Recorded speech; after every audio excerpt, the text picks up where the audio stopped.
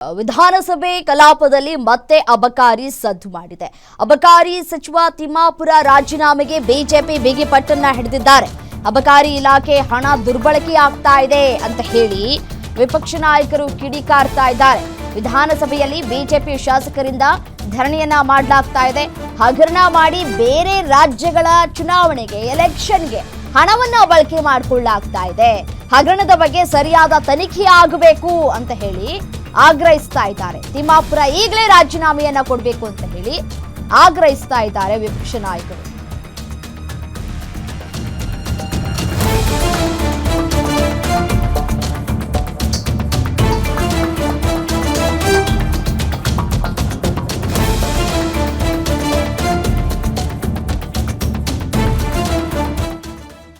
ಭೇಟಿ ಮಾಡಕ್ ಹೋಗಿದ್ದಾರೆ, ಪ್ರಧಾನಮಂತ್ರಿ ಭೇಟಿ ಮಾಡಕ್ ಹೋಗಿದ್ದಾರೆ. ರಾಜ್ಯದ ಮಾನ ಮರ್ಯಾದೆ ಹರಾಜಾಗ್ತಾ ಇದೆ. ಇಷ್ಟೆಲ್ಲ ಆದ್ರೂ ಕೂಡ ಸರ್ಕಾರ ಅದ್ರ ಬಗ್ಗೆ ಈ ಮುಖ್ಯಮಂತ್ರಿ ಇಷ್ಟೊತ್ತಿಗೆ ಇವ್ರದ್ದು ಯಾರು ಅಲ್ಲಲ್ಲ ಭೋವಿ ಇದ್ರ ನಿಗಮದ್ದು ST ನಿಗಮದ್ದು ಆದಾಗ ಇಮಿಡಿಯೇಟ್ ಆಗಿ ರಾಜೀನಾಮೆ ತಗೊಂಡ್ರು. ಇವ್ರಿಗೆ ಯಾಕೆ ರಾಜೀನಾಮೆ ತಗೊಂತಾ ಇಲ್ಲ? ಅದಕ್ಕೆ ಅಧ್ಯಕ್ಷರು ನಾವು ಧರಣಿ ಮಾಡ್ತಾ ಇದ್ದೀರಿ. ದಯವಿಟ್ಟು ಅವಕಾಶ ಕೊಡಬೇಕು, ನಮ್ಗೆ ಮಾತಾಡಕ್ಕೆ ಅವಕಾಶ ಕೊಡಬೇಕು. ನಾವು ನಿಲುವಳಿ ಸೂಚನೆ ಕೊಟ್ಟಿದ್ದೀರಿ, ಅವಕಾಶ ಮಾಡಿಕೊಡಿ, ನಾವು ಚರ್ಚೆ ಮಾಡ್ತೀರಿ. ಈಗ ತಾವು ಒಂದು ನಿಲುವಳಿ ಸೂಚನೆ. ಅಬಕಾರಿ ಇಲಾಖೆಯಲ್ಲಿ ಹಗರಣ ಆರೋಪ ಮಾಡದಂತಹ ಹಿನ್ನೆಲೆಯಲ್ಲಿ ಅಬಕಾರಿ ಸಚಿವ ತಿಮ್ಮಾಪುರ ಅವರು ಗ್ಯಾರಂಟಿ ನ್ಯೂಸ್ಗೆ ಸ್ಪಷ್ಟನೆಯನ್ನ ಕೊಟ್ಟಿದ್ದಾರೆ. ಏನ್ ಹೇಳಿದ್ರು ಈ ಸಂದರ್ಭದಲ್ಲಿ ನೋಡ್ತಾ ಹೋಗೋಣ. ಈಗ ನಾನು ಹೇಳ್ದಂತ ಹೇಳಿದ್ರೆ, ಈಗ ನಾವು ರಾಜ್ಯಪಾಲರ ಒಂದರ ನಿರ್ಣಯ ನಾವು ಇವತ್ತೊಂದು ಸ್ಟಾರ್ಟ್ ಮಾಡಬೇಕು. ಮೊನ್ನೆ ಪ್ರಿಲಿಮಿನರಿ ಕೂಡ ನಮ್ಮ ಅವರು ಎದ್ದು ನಿಂತರು ಕೂತ್ಕೊಲಿಸಿ ಪ್ರಿಲಿಮಿನರಿ ಸಬ್ಮಿಷನ್ ಮಾಡಿ ಅಂತ ಕೊಟ್ಟೆ. ಯಾರು ಇಲ್ಲ ಒಂದ್ ಸೆಕೆಂಡ್ ಅಲ್ಲಿ ಬರ್ತಾನೆ.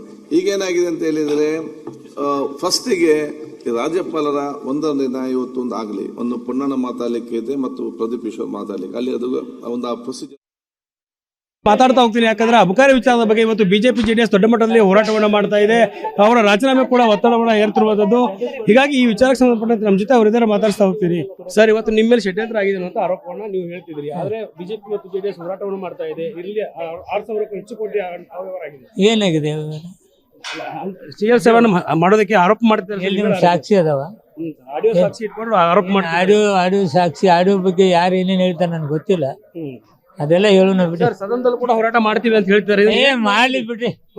ಸರ್ ಒಂದು ನಿಮಿಷ ಸರ್, ಇಲ್ಲಿ ಸರ್ ಸುಳ್ಳು ಸುದ್ದಿಗಳಿಗೆಲ್ಲ ನಾನು ಹೆದರಲ್ಲ. ನಿಮ್ಮ ಮಗನ ಮೇಲೆ ಆರೋಪ ಮಾಡ್ತಿದ್ದಾರೆ. ಅವೇನ್ ಮಾಡ್ತಾನೆ? ನನ್ ಮಗನ ಅಧಿಕಾರಿ, ಅವ್ನ ಮಂತ್ರಿನ. ಸರ್, ಅಧಿಕಾರಿಗಳ ಮೇಲೆ ಈಗ ಸಸ್ಪೆಂಡೇಷನ್ ಆರ್ಡರ್ ಆಗಿದೆ. ಇನ್ನೂ ಅದ್ರಲ್ಲಿ ಯಾರಾದ್ರೂ ಇದಾರೆ ಅನ್ಸುತ್ತೆ ನಿಮ್ಗೆ? ಏನು ಬೇರೆ ಯಾರಿದ್ರೆ ಸಸ್ಪೆಂಡ್ ಆಗ್ತಾರೆ ಬಿಡಿ. ಸರ್, ಈಗ ರಾಹುಲ್ ಗಾಂಧಿ ಅವರು ಕಂಪ್ಲೇಂಟ್ ಮಾಡ್ತೀವಿ ಅಂತ ನಿಮ್ಮ ಅಧ್ಯಕ್ಷರು ಹೇಳ್ತಾರೆ. ನಿಮ್ಮದೇ ಮಾಡ್ಲಿ, ಏನ್ ಬೇಕಾದ್ ಮಾಡ್ಲಿ, ನಾನು ಶುದ್ಧ ಹಸ್ತ. ರಾಜೀನಾಮೆ ಕೊಡೋದೇ ಇಲ್ಲ ಅಂತ ಹೇಳ್ತಾರೆ. ಪ್ರಶ್ನೆ ಉದ್ಭವೇ ಆಗುದಿಲ್ಲ. ಈ ಬಗ್ಗೆ CM ಅವ್ರ ಜೊತೆ ಚರ್ಚೆ ಮಾಡಿದ್ರೆ ಸರ್? ಏನು ಇರ್ಲಾರ್ದು ಅದಕ್ಕಾಗತ್ತೆ. ಇದಿಷ್ಟು RB ತಿಮ್ಮಾಪುರ ಅವರ ಮಾತು. ನಾನು ಯಾವುದೇ ರೀತಿಯಾದ ತಪ್ಪು ಮಾಡಿಲ್ಲ, ನನ್ನ ಪುತ್ರನ ಕೂಡ ಇದರಲ್ಲಿ ಹೆಸರು ಬಂದಿದೆ ಅನ್ನೋದು ಕೇಳಿ ಬರ್ತೀವಿ. ಆದ್ರೆ ಇದರಲ್ಲಿ ಯಾವುದೇ ಹುರುಳಿಲ್ಲ. CM ಅವರು ಕೂಡ ಇದ್ರ ಬಗ್ಗೆ ಚರ್ಚೆ ಮಾಡಿಲ್ಲ.